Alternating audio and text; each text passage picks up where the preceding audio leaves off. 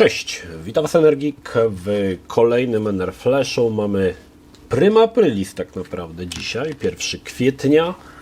Zobaczymy, czy uda mi się Was oszukać czymś. Na pewno nie planuję tego w Enerflashu, ale coś tam może wymyślę. Może. Jak się możecie domyślać, ten tydzień był dosyć spokojny, zwłaszcza, że weszły w to święta, także kilka dni nam od razu odpadło.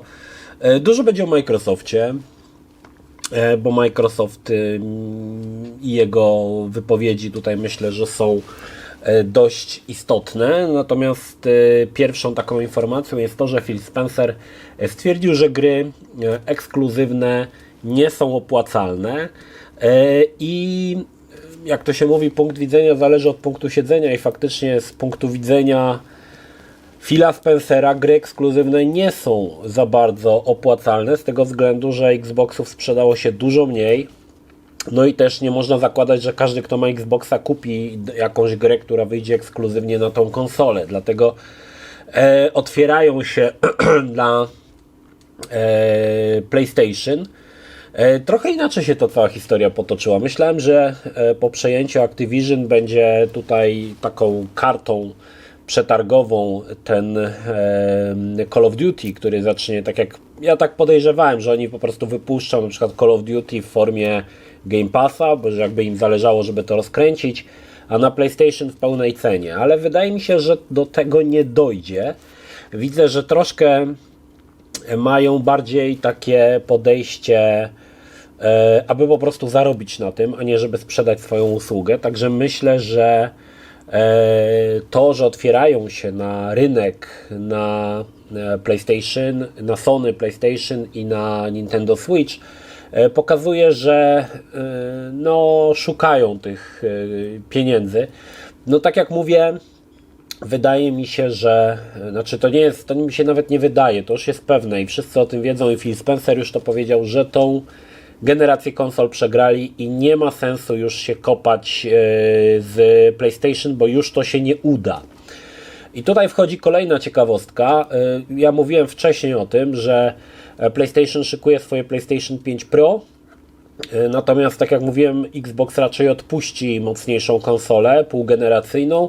Jeżeli już, to zacznie przygotowywać coś next-genowego. I faktycznie tak się dzieje. Pojawiły się plotki, że Xbox pracuje jeszcze nad kolejną konsolą.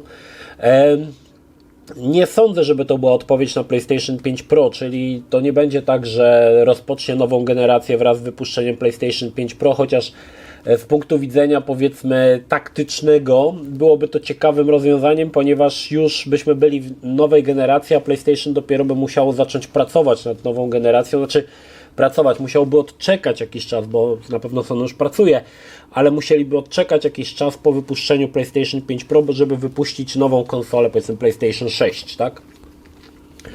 Natomiast to, co przewiduję, to to, że Xbox będzie chciał na pewno wystartować z kolejną generacją wcześniej. Udało im się to przy Xboxie 360 i przez długi czas Xbox 360 prowadził w rankingu najpopularniejszych konsol w tamtym czasie. No pod koniec dopiero generacji PlayStation 3 go wyprzedziła i myślę, że chcą zrobić podobnie. Tylko samo to, że Phil Spencer najpierw powiedział, że gry ekskluzywne się nie opłacają, a potem wypuszczenie kolejnej konsoli nowej generacji, powiedzmy, to się mi nie spina, bo co by miało napędzać tą konsolę? Sprzedaż konsol nowej generacji zazwyczaj napędzają gry ekskluzywne, w które nie możesz zagrać nigdzie indziej, tylko na tej jednej konsoli. I tak było zawsze. A teraz jeżeli chcieliby wypuścić na przykład grę, która, nie mówię o PlayStation, ale na przykład wyjdzie i też na PC-ta i na przykład na nowego Xboxa, no to po prostu to nie będzie miało racji bytu. Wydaje mi się, że tutaj zostanie zrewidowana ta polityka nieopłacalności, znaczy stwierdzenia o nieopłacalności gier ekskluzywnych. Ciekawy jestem ogólnie tego, jak to się teraz rozwinie, bo PlayStation nadal sprzedaje się całkiem nieźle, chociaż i tak chyba nie tak dobrze, znaczy wiemy, że nie tak dobrze jak Sony sobie prognozowało. Może po części, i właśnie też jestem ciekawy, bo to też nie jest tak, że ludzie się znudzili konsolami, bo Switch sprzedawał się fenomenalnie, tak? Natomiast u Nintendo od jakiegoś czasu jest tak, że oni na zmianę. Jedna konsola mega popularna, druga klapa. Jedna mega popularna, druga klapa. Zobaczymy, czy teraz też się tak to powtórzy, bo teraz kolejna konsola powinna się nie sprzedać od Nintendo. Ciekawy jestem, czy przełamią tą złą passę. Natomiast no, powiem Wam, że wydaje mi się, że jednym z ruchów Microsoftu będzie to, że no, zaczną po prostu kolejną generację Next Gena wcześniej, by zapewnić sobie lepszy start, bo to się sprawdziło, tak jak mówię, przy okazji Xboxa 360, natomiast no, nie rozumiem tutaj troszkę w takim aspekcie tego, dlaczego znaczy, czy pojawiłyby się gry ekskluzywne na tą konsolę? Ja myślę, że tak, no ale zobaczymy, tak? No ale wracając do tego Xboxa, te wszystkie stwierdzenia, słuchajcie, Phila Spencera spowodowały dosyć ciekawy aspekt, że deweloperzy się zastanawiają, czy robienie gier na Xboxa jest w ogóle opłacalne, czy im się to po prostu opłaca, tak? Znaczy to nie jest tak, że to jest globalne stwierdzenie, bo tam jakiś jeden z większych deweloperów tak powiedział, ale to podchwycili inni i zaczęła się cała gównoburza. No, ciekawy jestem, bo faktycznie konsol Xboxów sprzedało się mniej. Ta społeczność, wydaje mi się, jest też mniej taka prężna, przynajmniej nie taka jak była za czasów Xboxa 360. I no, mało ludzi kupuje Xboxy w Europie i to jakby jest... Poczekajcie, zapalę sobie światło, bo widzę, że tutaj troszkę szaleje mi. Miałem zapalone światło. Boże. Myślałem, że jest niezapalone. Sprzedaż niestety w Europie mocno spadła Xboxów. Ja myślę, że PlayStation sprzedaż też spadła. To też nie jest tak, że zobaczmy sobie, co? Może po prostu potwierdźmy to stronami VGS Charts, że ta sprzedaż tych konsol ogólnie troszkę chyba nie bardzo ostatnio. Czekajcie, tu można zobaczyć jakoś console hardware sales. No wiecie, po czasie przedświątecznym faktycznie PlayStation 5 sprzedała się fenomenalnie, bo najwięcej, ale po świętach już ta sprzedaż spadła poniżej 400 000 sztuk, mówimy o PlayStation, a Xbox poczekajcie, bo Xbox S, bo to jest Xbox i Series S i Series X, no to niestety już bardzo słabo.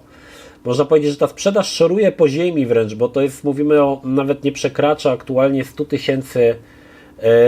000 sprzedanych sprzętów. Oczywiście to jest w rozpiętości tygodniowej. Także jest kiepsko, muszę przyznać. I faktycznie tutaj ta sprzedaż niestety nie zachwyca. Jeżeli spojrzymy na ilość sprzedanych konsol, najnowsze wyniki wyglądają tak. Switch, no to jest niekwestionowany zwycięzca, 138,5 miliona, 62,4% rynku. Dalej mamy PlayStation 5, 55 milionów 470 tysięcy egzemplarzy i to jest 25% rynku, czyli dokładnie 1/4. No i na końcu Xbox z 28 milionami sprzedaży konsol i jego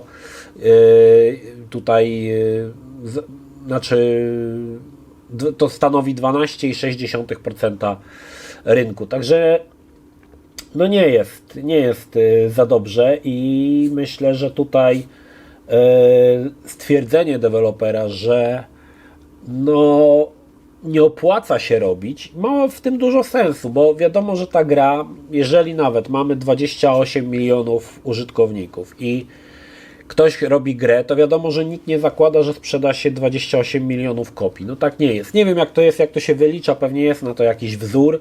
Nie wiem, czy się liczy, że co 5. osoba kupi grę, co 6. Oczywiście jak to będzie potworny hit, tak?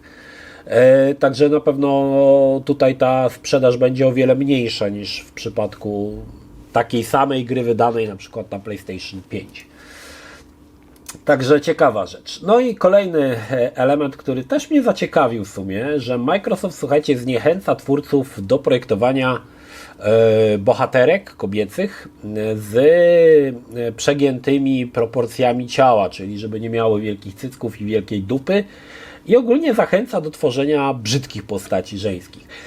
Rozmawialiśmy o tym z Bartem na podcaście. Prawdopodobnie w tym tygodniu ten podcast się pojawi. Ja go teraz będę mógł zmontować, bo już skończyłem Ronina.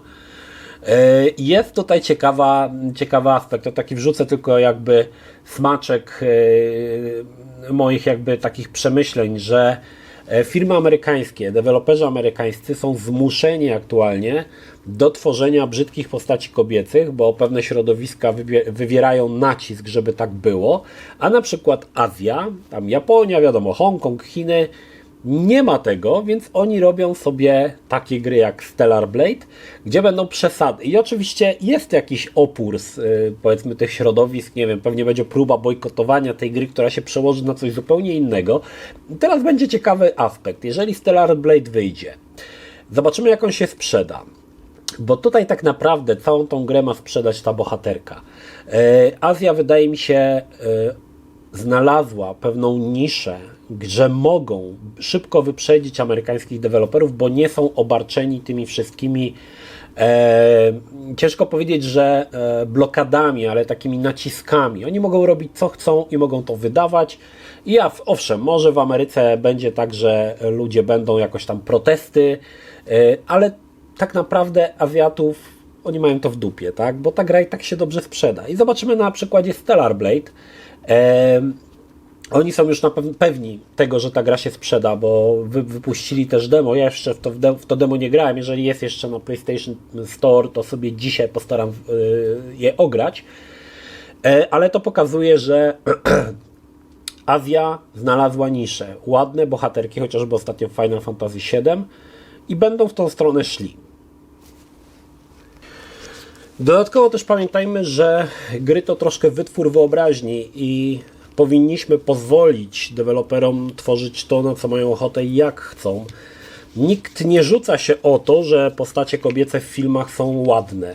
Może powinny grać bez makijażu, potargane, nieuczesane. Może w tą stronę powinniśmy też iść, a nie wymagać od gier, które są tak naprawdę wytworem wyobraźni, żeby były jak najbardziej zbliżone do rzeczywistości. No bo czy wszystkie aktorki grające w filmach, nawet w Marvelu, są zbliżone do rzeczywistości, czy one faktycznie tak wyglądają, czy jak im się zdrapie całą tapetę, to jednak tak nie wyglądają. To są oczywiście podwójne standardy. W grach gracze mają być skazani na postacie brzydkie, ale w kinie i nawet w takich Netflixach czy Disneyach już nie. Postacie muszą wyglądać ładnie, tak? Może powinny też brzydko wyglądać, może powinny właśnie grać bez makijażu i być naturalne. Także no, ogólnie tutaj jest dużo podwójnych standardów, jeżeli chodzi o te środowiska, i więcej o tym dowiecie się z naszego podcastu z Bartem. W każdym razie Stellar Blade, ja obstawiam, że gra się sprzeda bardzo dobrze, bo to będzie pewnego rodzaju pokazanie, że graczy, że my chcemy takich gier. Oczywiście może być, że nie chcemy, ale ja obstawiam, że gra się sprzeda dobrze. Będzie wyraźnym sygnałem, że odrzucamy tą narrację brzydkich postaci kobiecych. Chcemy ładne postacie kobiece w grach i gracze tego oczekują. Ale zobaczymy. Ja obstawiam, że tak będzie. Mogę się mylić oczywiście. No ja jestem ciekawy, jak to się tutaj rozwinie. No ale powiedzmy sobie szczerze, wydaje mi się, że stwierdzenie, że gracze wolą brzydkie postacie kobiece w grach jest... Dajcie znać w ogóle, tak jako gracze, nieważne czy jesteś kobietą, czy jesteś mężczyzną, dziewczyną, chłopakiem, czy wolisz grać postaciami kobiecymi, albo i męskimi też, w grach, które są ładne, wolisz... No po prostu są ładne, ładnie przygotowane, ładnie wyglądają, czy wolisz, żeby te postacie były brzydkie? Ja rozumiem przez brzydkie, że nie wiem, na przykład zamiast Nathana Drake'a będzie biegał zakolak z wielkim brzuchem w okularach sepleniący z krzywymi zębami. mam nadzieję, że Naughty Dog ogląda i zgłosi się do mnie jako rolę nowego Nathana Drake'a, no to wiadomo, nie? A kobiety mają być paskudne, brzydkie i takie, no, nieprzyjemne w obcowaniu z nimi i patrzeniu na nie. Dajcie znać, czy wolicie takie postacie, czy wolicie z drugiej strony wymuskane postacie, ładne, które nie mają może przełożenia na rzeczywistość. Tak jak na przykład postacie z Final Fantasy, które mają absurdalnie długie nogi. chyba by kręgosłup w ogóle się pokrzywił w 15, jak miały takie nogi. Ale z drugiej strony są to postacie, na które się przyjemnie patrzy. Tak?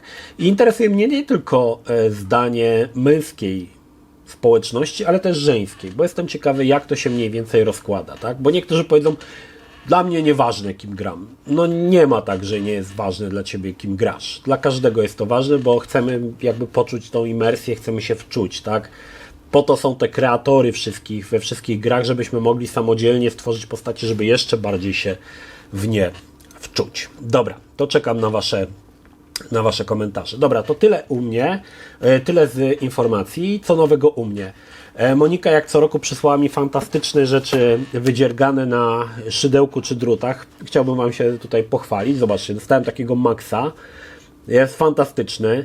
Jedną z moich ulubionych kreskówek dla dorosłych z lat młodzieńczych, The Max. Ostatnio nawet komiks czytałem jeszcze raz, też świetny komiks, fajna rzecz. Dla Oliwiera Goku, zobaczcie jaki fajny. No, tam jeszcze taką kurkę, to na święta. Dwa takie fajne breloczki, które mają magnesy w jabłkach i się całują, jak się je przybliży. I kota na fotelu. To chyba miał być świętej pamięci Pepper. Tak mi się wydaje. Dziękuję Moniko, jak zawsze fantastyczne rzeczy. Oliwier się mega cieszy. My to z Mariola to zawsze co roku. Ciekawe co teraz zrobi, bo co roku jest po prostu niesamowita niespodzianka, co nam tam Monika podeśle. Także dziękuję serdecznie Moniko. Nie wrzuciłem tego na Facebooka z tego względu, że mieliśmy inne problemy w ogóle przez święta, także drugą rzeczą, którą dostałem i którą będę dla was recenzował, jest nowa konsola Anbernika o numerze kodowym RG556. Testowałem już troszkę tą konsolę i muszę przyznać, że jest to pierwsza konsola, która troszkę zrywa z taką rutyną Anbernika, który produkuje masowo. Te konsole one się od siebie niczym nie różnią. Tutaj jest kilka fajnych rzeczy. Przede wszystkim wydaje mi się, że Anbernik próbuje rzucić wyzwanie tym wszystkim Steam Deckom, Rogalaj i tak dalej. I właśnie ta konsola jest taką troszkę odpowiedzią na to. To nie znaczy, że będziemy mogli zagrać tutaj w gry PC-towe, bo mamy tutaj Androida, ale mamy gałki z efektem Hala, mamy możliwość już odpalania płynnie w 60 klatkach gier na PlayStation 2. Także więcej się dowiecie z recenzji. Naprawdę ten Anbernik jako maszyna do grania prezentuje się całkiem nieźle i muszę przyznać, że jest to spora niespodzianka po tych wszystkich Anbernikach, które testowałem do tej pory, które tak naprawdę różniły się tylko i wyłącznie tym, że miały troszkę inną obudowę, a w środku cały czas było to samo. Dobra, co nowego u mnie już wiecie, to teraz jak będzie wyglądał ten tydzień. Jutro mam jeszcze jeden unboxing do zrobienia, bo dostałem od Playonu South Park Snow Days kolekcjonerkę i pewnie tą kolekcjonerkę wrzucę jutro. Na środę pewnie wrzucimy podcast. Będzie recenzja Dragon's Dogmy, aczkolwiek recenzja będzie zrobiona przez Barta. Tutaj muszę przyznać, że troszkę dałem się ponieść plotkom na temat Dragon's Dogmy 2, bo sam w nią nie grałem.